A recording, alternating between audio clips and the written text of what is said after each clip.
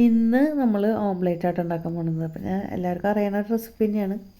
ഞാൻ ഉണ്ടാക്കുന്നത് എങ്ങനെയാണെന്നുള്ളതൊന്ന് കാണിക്കാമെന്ന് വിചാരിച്ചിട്ട് ഈ ഒരു വീഡിയോ എടുക്കണമെന്ന് മാത്രം കേട്ടോ. വേറെ രസക്കൂട്ടുകളോ പ്രത്യേകതകളോ ഒന്നും ഈ വീഡിയോയിലില്ല. അത് മുന്നേ പറയണു.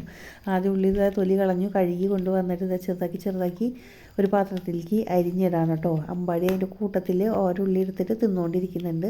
ഉള്ളി അരിഞ്ഞതിന് ശേഷം തന്നെ മുട്ട പൊട്ടിച്ചൊഴിക്കുകയാണ്. മുട്ട പൊട്ടിച്ചൊഴിക്കുന്നതിൻ്റെ എക്സ്പ്രഷനാണ് എൻ്റെ മക്കൾ ഇടുന്നത് കേട്ടോ. മുട്ട പൊട്ടിച്ചൊഴിച്ചു.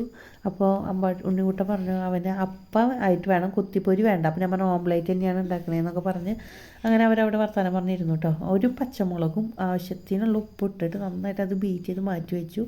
പിന്നെ ചട്ടി ചൂടായി വന്നപ്പോൾ വെളിച്ചെണ്ണ ഒഴിച്ച് അതൊന്ന് വെറുതെ ഒന്ന് ചുറ്റിച്ചതിന് ശേഷം നമ്മുടെ മുട്ട അതിലേക്ക് ഒഴിച്ചു കൊടുക്കുകയാണ് കേട്ടോ. എന്നിട്ട് നന്നായിട്ട് അതൊന്ന് ചുറ്റിച്ച് ഒന്ന് വലിപ്പം വെപ്പിക്കുകയാണ് കേട്ടോ.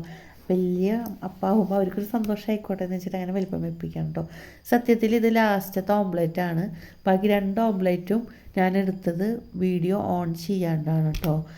ഞാൻ ചെക്ക് ചെയ്തപ്പോഴാണ് മനസ്സിലായത് അത് വീഡിയോ എടുത്തിട്ടില്ലെന്ന്. അപ്പോൾ ഞാൻ വിചാരിച്ചു ലാസ്റ്റത്തെ ഇങ്ങനെ അങ്ങനെ കിട്ടട്ടെ എന്ന് വിചാരിച്ചിട്ട് അങ്ങനെ എടുത്തതാണ് കേട്ടോ. അപ്പോൾ ഇന്നത്തെ ഈ ഒരു വീഡിയോ നിങ്ങൾക്ക് ഇഷ്ടപ്പെട്ടു എന്ന് ഞാൻ വിചാരിക്കുന്നു. അടുത്തൊരു വീഡിയോയിൽ കാണാം.